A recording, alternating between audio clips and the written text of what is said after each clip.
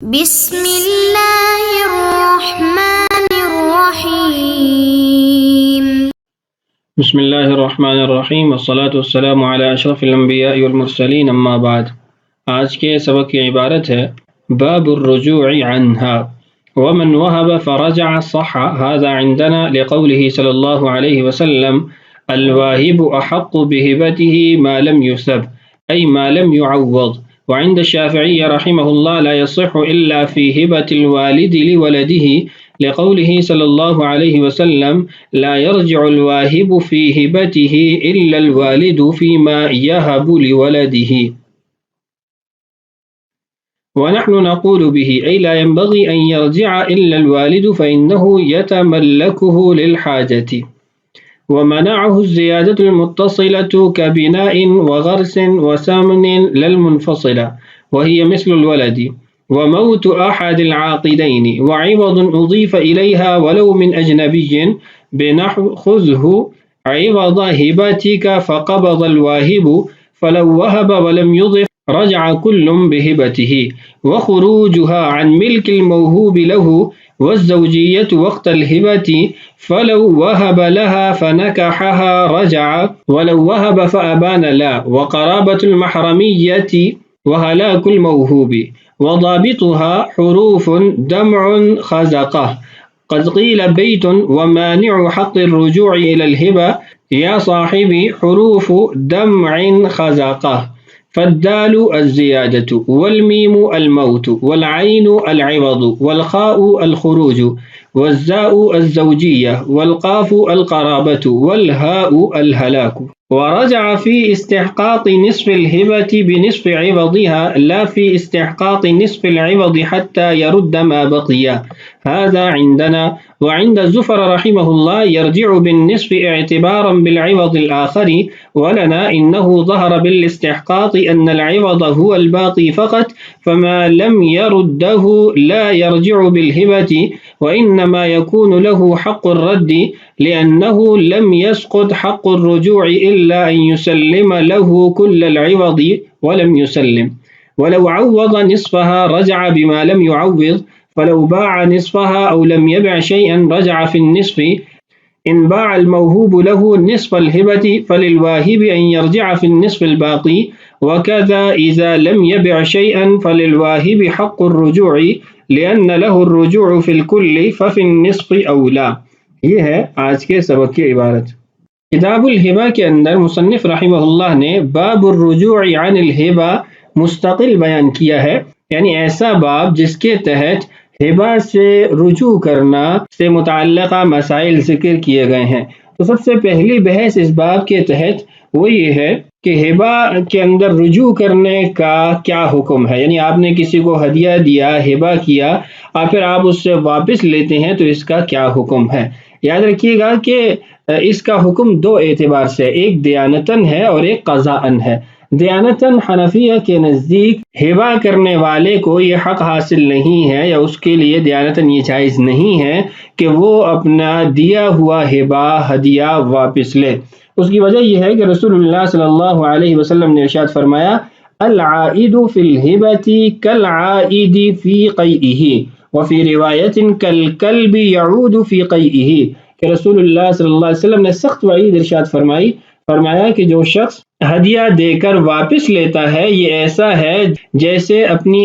قے کو چاٹنے والا، اور ایک روایت میں ہے کہ وہ اس کتے کی طرح ہے جو اپنی قے کو خود چاٹتا ہے۔ تو یہ ایک سخت وعید ہے، تو اس لیے حنفیہ کے نزدیک دیانتاً یہ درست نہیں ہے، جائز نہیں ہے کہ وہ شخص اپنا ہبہ واپس لے۔ جہاں تک قضاءً ہے تو حنفیہ کے نزدیک قضاءً ہبہ سے رجوع کیا جا سکتا ہے، اپنا دیا گیا ہدیہ واپس لیا جا سکتا ہے، ولیکن مع اشد الکراہۃ، کہ یہ درست تو ہے لیکن شدید کراہت کے ساتھ درست ہے۔ عبارت پڑھ کے حنفیہ شافعیہ کا اختلاف بھی جانتے ہیں اور اس مسئلے کی بابت جو دلائل ہیں ان کو بھی دیکھتے ہیں۔ فرماتے ہیں ومن وہب، جس نے ہدیہ دیا، ہبہ کیا، فرجع، پھر واپس لیا، صح، تو یہ جائز ہے، ای صح قضاء لا دیانتا، یہ یاد رکھیے گا، اور صح مع اشد الکراہۃ، ھذا عندنا، یہ حنفیہ کے نزدیک ہے، یعنی ہمارے نزدیک۔ دلیل کیا ہے؟ لقولہ صلی اللہ علیہ وسلم، اذان اس لیے درست قرار دیا کہ رسول اللہ صلی اللہ علیہ وسلم کا ارشاد ہے، الواہب احق بہبتہ ما لم یسب، ہبہ کرنے والا اپنے ہبہ کا زیادہ مستحق ہے جب تک اس کو اس کا بدلہ یعنی عوض نہ دے دیا گیا ہو۔ تو اب یہ کلمہ احق اس بات کو ثابت کر رہا ہے کہ وہ شخص بقیہ لوگوں سے زیادہ اس چیز کا حق رکھتا ہے کہ اپنے ہدیے کو خود حاصل کر لے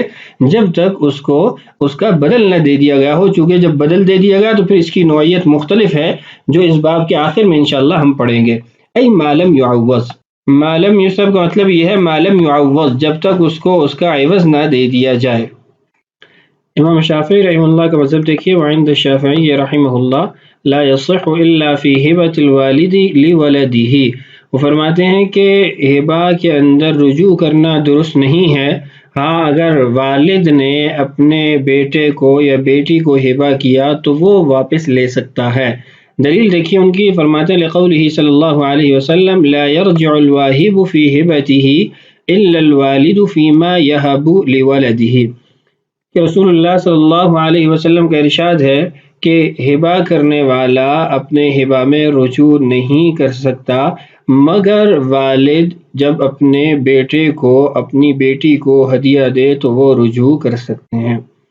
ہم اس حدیث کا جو جواب دیتے ہیں وہ یہ ہے کہ اس حدیث سے کراہت ثابت ہوتی ہے، چونکہ اوپر ہمارے پاس بھی نص موجود ہے الواہب احق بہبتہ، تو اب دونوں احادیث میں تعارض ہے، تو ہم یہ جو امام شافعی رحمہ اللہ کا مستدل ہے اس کو کراہت پر محمول کرتے ہیں، اور جو صحت معاملہ ہے، صحت رجوع ہے، وہ ہم اوپر جو حدیث ہمارا مستدل ہے اس سے ثابت کرتے ہیں۔ آپ کے ذہن میں یہ آئے گا کہ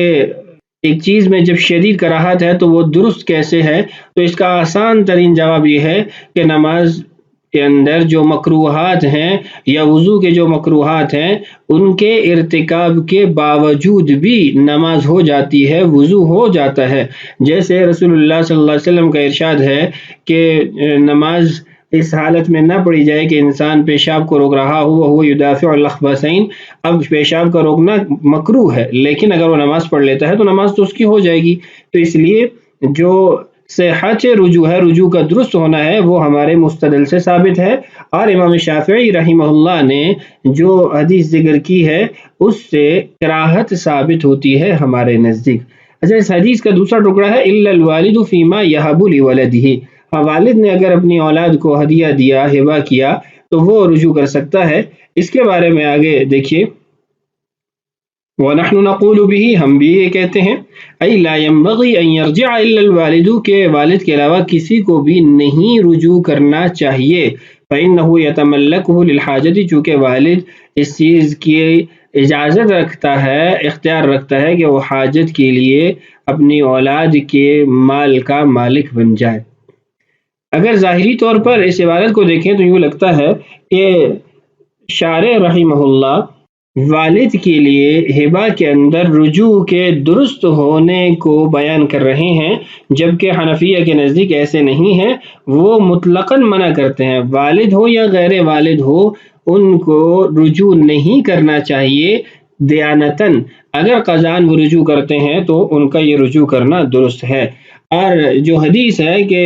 اللہ کے رسول صلی اللہ علیہ وسلم نے فرمایا الا الوالد فیما یہب لولدہ، کہ والد رجوع کر سکتا ہے، تو اس کی بنیاد حنفیہ کے نزدیک رجوع عن الہبہ نہیں ہے کہ ہبہ سے رجوع کر رہا ہے، بلکہ اس کی بنیاد اس کی ابوت ہے کہ باپ ہونے کی وجہ سے اس کو یہ میزہ اور خاصیت حاصل ہے کہ اللہ کے رسول صلی اللہ علیہ وسلم نے ارشاد فرمایا انت ومالک لابیک، تم اور تمہارا مال تمہارے باپ کا ہے۔ تو یہ جو حدیث ہے یہ ابوت کو، والد کو مالک بناتی ہے حاجت کے وقت اپنی اولاد کے مال کا، تو وہ اس اعتبار سے رجوع کر سکتا ہے، اس حیثیت سے رجوع کر سکتا ہے، نہ کہ واہب ہونے کی حیثیت سے۔ مزید اس کی تفصیلات نیچے حاشیے میں موجود ہیں، آپ حاشیے کے اندر اس کو دیکھ سکتے ہیں۔ آگے بڑھتے ہیں۔ اس کے بعد 7 ان اسباب کو ذکر کیا جن کی وجہ سے رجوع عن الہبہ نہیں ہو سکتا، یعنی وہ رکاوٹیں ہیں ان کی وجہ سے ہبہ کے اندر رجوع کرنے کا حق باقی نہیں رہتا۔ عبارت دیکھیے، وَمَنَعَهُ الزِّيَادَةُ الْمُتَّصِلَةُ، اگر موہوبہ چیز کے اندر اضافہ آ جاتا ہے اور ایسا اضافہ جو اس سے متصل ہے تو پھر اس موہوبہ چیز کے اندر رجوع نہیں ہو سکتا، واہب واپس نہیں لے سکتا۔ اس کی 3 مثالیں دی ہیں، کبناء وغرس وسمن، جیسے عمارت کا اضافہ ہو گیا یا درختوں کا اضافہ ہو گیا اور ایسے ہی گھی کا اضافہ ہو گیا۔ آپ کو کسی نے زمین ہبہ کی، آپ نے اس میں گھر بنا لیا، اب یہ الزیادۃ المتصلہ ہے کہ یہ جو اضافہ ہوا گھر کا یہ زمین کے ساتھ متصل ہے، منفصل نہیں ہے۔ ایسے ہی زمین دی گئی، اس کے اندر درخت اگا دیے، یہ بھی زیادت متصلہ ہے، اضافہ متصلہ ہے۔ اور ایسے ہی کسی کو آپ نے ستو دیے تو اس نے اس کے اندر گھی ملا دیا، اب گھی اور ستو جدا تو نہیں ہو سکتے، تو یہ ایسا اضافہ ہے موہوبہ چیز میں جو جدا نہیں ہو سکتا، تو یہ اضافہ مانع عن الہبہ ہے، ہبہ کے واپس کرنے میں رکاوٹ ہے۔ للمنفصلہ، اگر وہ اضافہ منفصل ہے تو یہ منفصل اضافہ رکاوٹ نہیں ہے، پھر بھی واہب اپنے ہبہ میں رجوع کر سکتا ہے۔ مثال دیکھیے وہی ہے مثل الولد، اس کی مثال بچے کی ہے کہ ایک باندی ہدیہ کی گئی، پھر اس باندی نے موہوب لہو کے قبضہ میں بچہ جنا، اب یہ اضافہ تو ہے لیکن اضافہ منفصلہ ہے، تو اب واہب باندی واپس لے سکتا ہے۔ یہ پہلا سبب تھا۔ دوسرا سبب ہے موت احد العاقدین،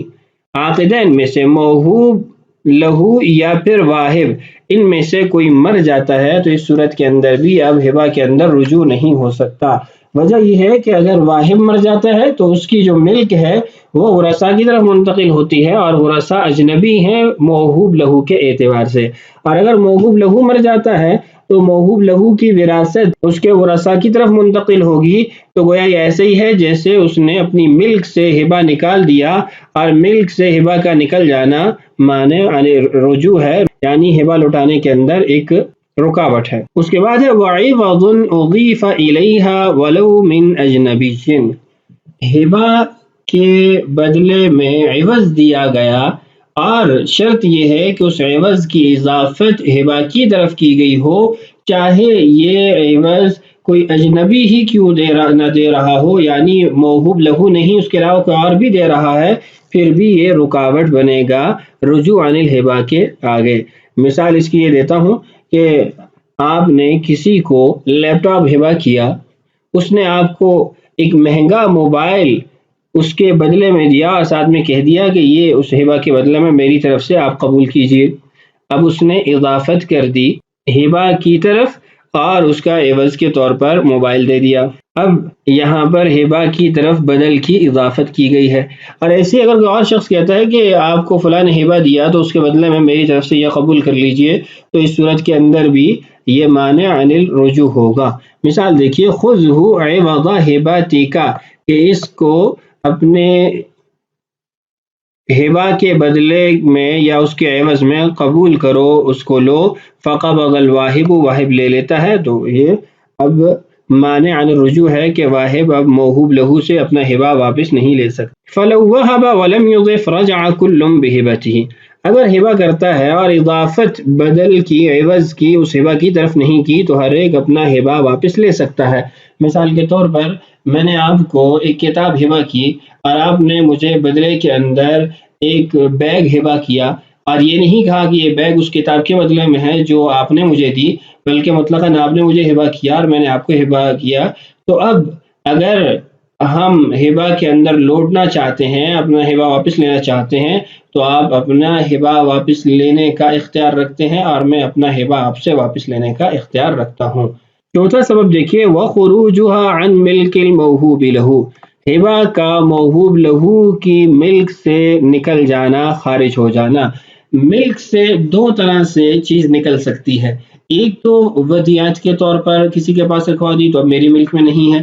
یا پھر غصب کی صورت میں کہ کسی نے چیز چھین لی اب میری ملک میں نہیں ہے۔ تو یہ جو صورتیں ہیں ودیعت والی یا غصب والی، اس کے یہ خروج جو ہے یہ معتبر نہیں ہے، یہ معنی نہیں ہے۔ اگر ودیعت کسی کو دی ہے تو میں اس سے لے کر آپ کو دے سکتا ہوں، اور غصب ہے تو جب تک مقصودہ چیز مجھے نہیں ملتی اس وقت تک تو میں یہ معنی ہوگا، لیکن جیسی مقصودہ چیز مجھے حاصل ہوتی ہے تو میں آپ کو واپس کر دوں گا۔ لیکن اگر یہ خروج